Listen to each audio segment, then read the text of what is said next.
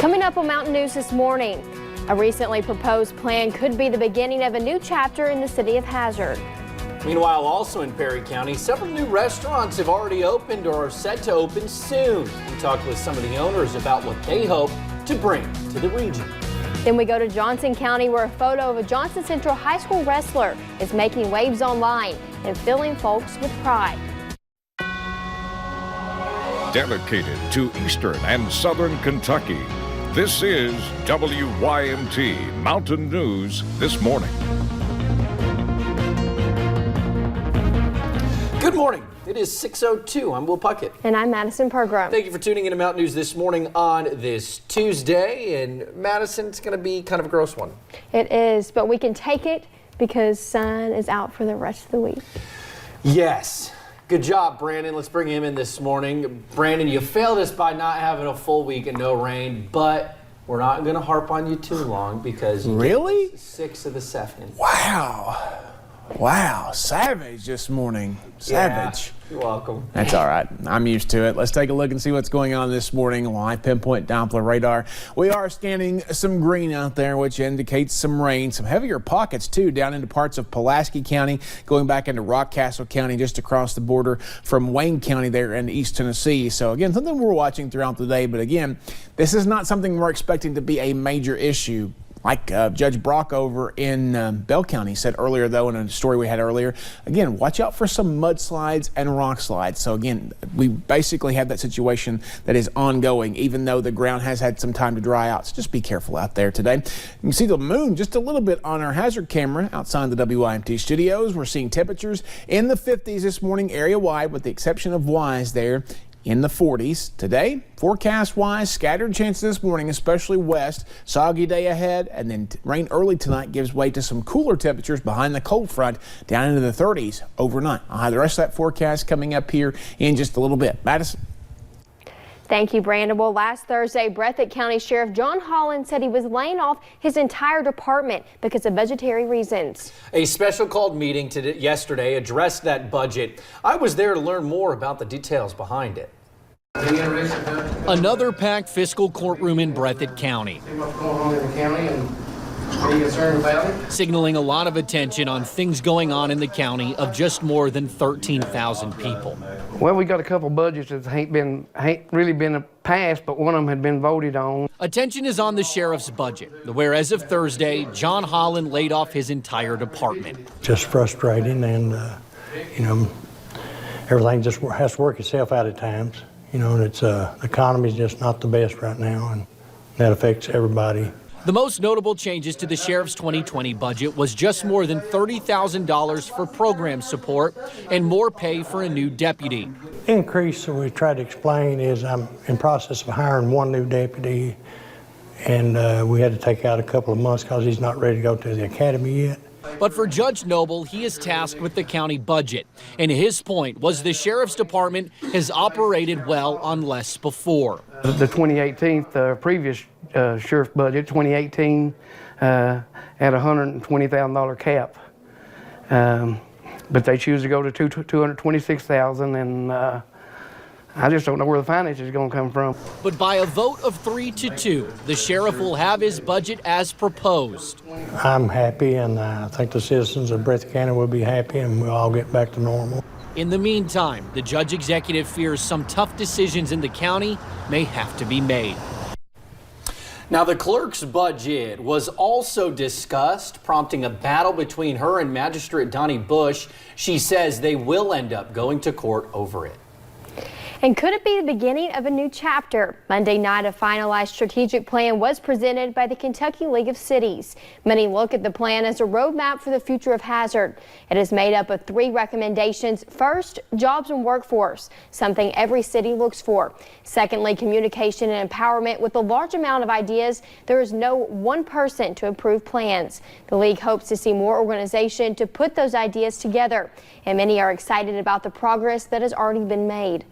Since we had the first part of the plan, the momentum has started, because if you look through it, a lot of the stuff that we talked about in the planning stages, we've already accomplished. The plan was created in collaboration with the community and public design sessions, along with government officials and community stakeholders. Well, there is some good news for food lovers in Perry County, as a string of grand openings are bringing more options on where to grab a bite to eat. I talked with the owners of some of the new and locally owned restaurants opening up about what they hope this means for the county.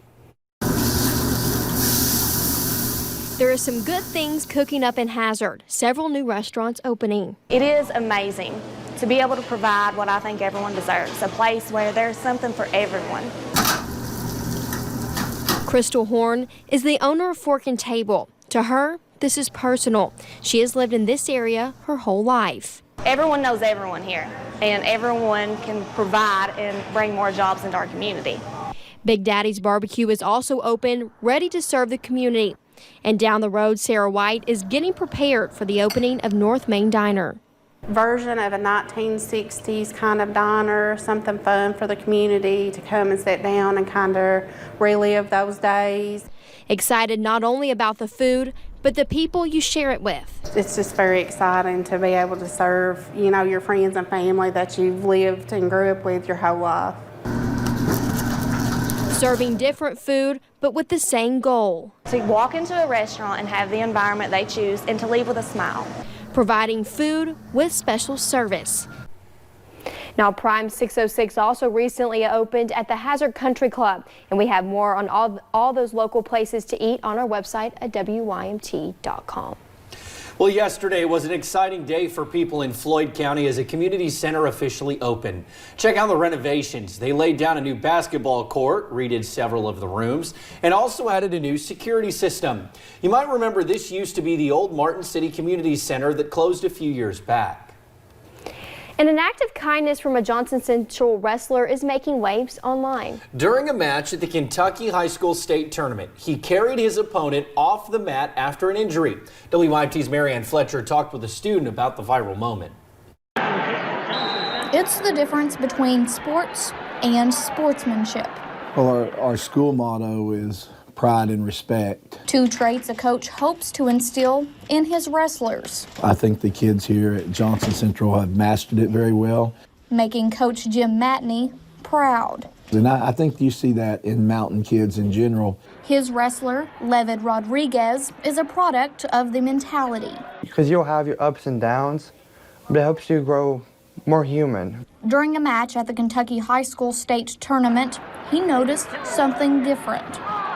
I knew something wasn't right because I heard him groaning. Taking a second to step back, allowing officials to take a look at his opponent's ankle.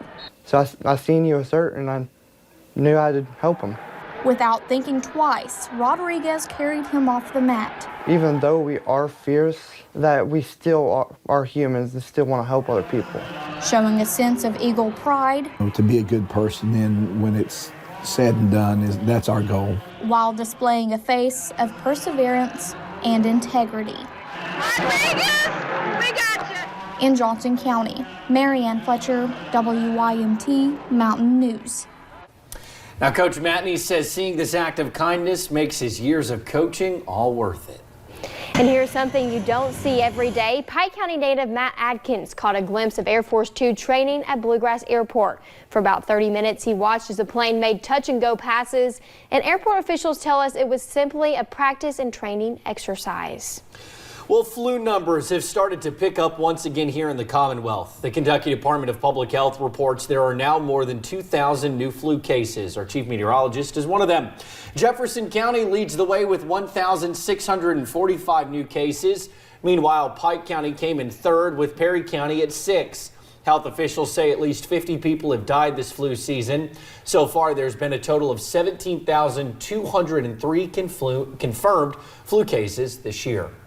We have had deaths, and that's very unfortunate, and some of them possibly could have been prevented by flu vaccinations.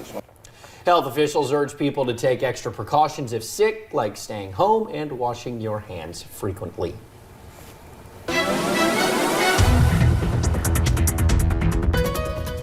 Forecast this morning looking decent at times today, but again, those scattered chances for rain will be around. Let's take a look at the last 6 hours on the satellite and radar, and you see it was dry for a while overnight, and then here comes the rain. We're going to see that back and forth today. There's live pinpoint Doppler radar. Some heavier bands going through parts of Pulaski and McCreary counties right now, Rockcastle County as well. So just be careful if you're out and about this morning. Wet roads, temperatures in the 50s almost everywhere. Wise the only holdout there at 46, and the warm spot there is Jacksboro at 55. Actually, Irvin's up to 57 now. 56 later today as temperatures stabilize and the rain chances will continue throughout the day. Will? All righty, Brandon, thank you. And thank you for joining us on Mountain News this morning. More news is on the way. Coming up, we take a look at an unusual rescue in Massachusetts. 4 people are saved after they fell into icy water and rescuers used a hovercraft to save them. And we stay in the Northeast, where an iconic piece of American history was vandalized this past weekend.